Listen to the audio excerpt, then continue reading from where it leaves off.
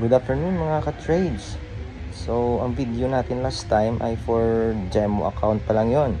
So, samahan niyo ako ngayon para gumawa ng video para naman sa actual account para makastart na tayo ng real trading with real money capital.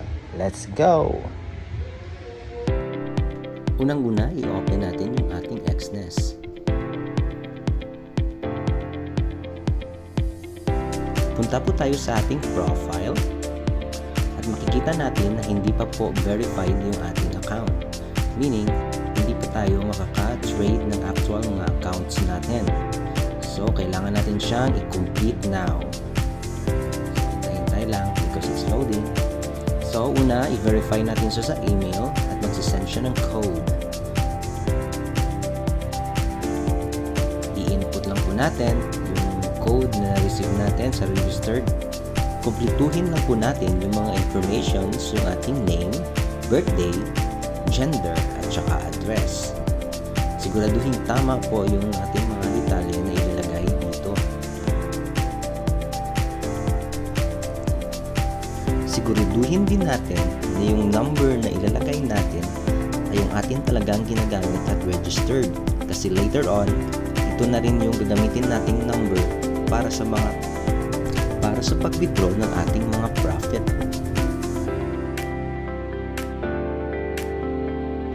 So, kumpletuhin lang lahat ng mga tanong.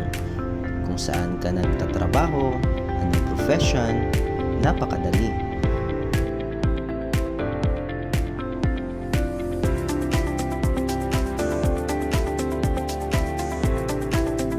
Ilagay na rin natin yung ating annual income.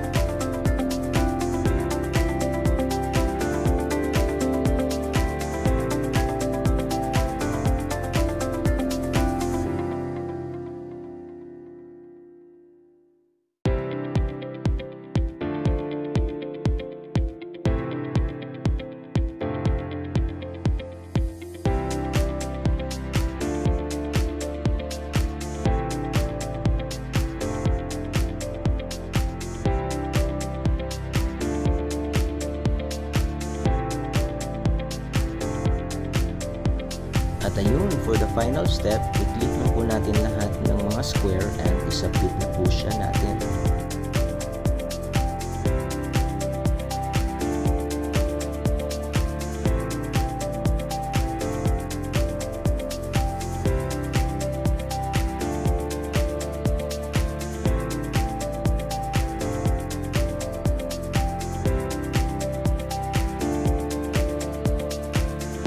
At dito po sa ating final step, ang ginagamit po namin dito ay ang driver's license. Marami naman po tayong mga IDs na pwede nating ilagay, pero mas mabilis ma-approve kung driver's license yung gagamitin.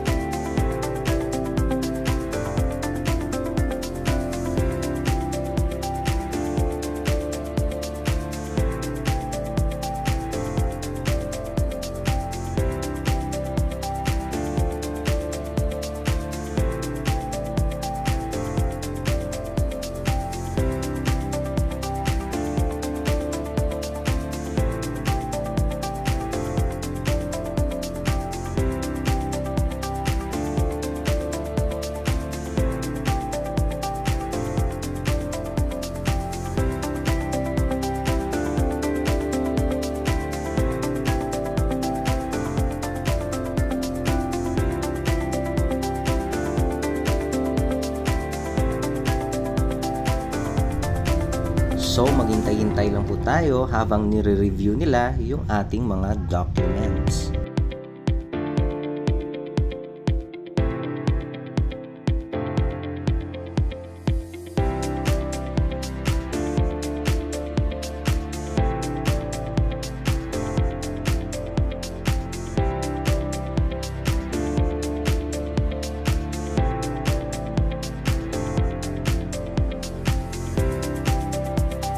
So, maghintay lang tayo ng confirmation sa ating email or subukan natin i-close yung ating XNES. At saka i-open ulit, titingnan natin kung verified na yung ating account.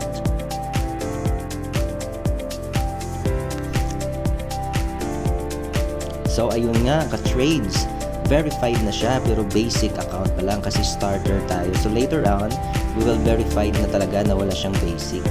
Yung basic kasi may limitations lang yung ating i-deposit na hanggang $80,000 pero napakalaki na po yan. The same benefits naman yun sa Ripple.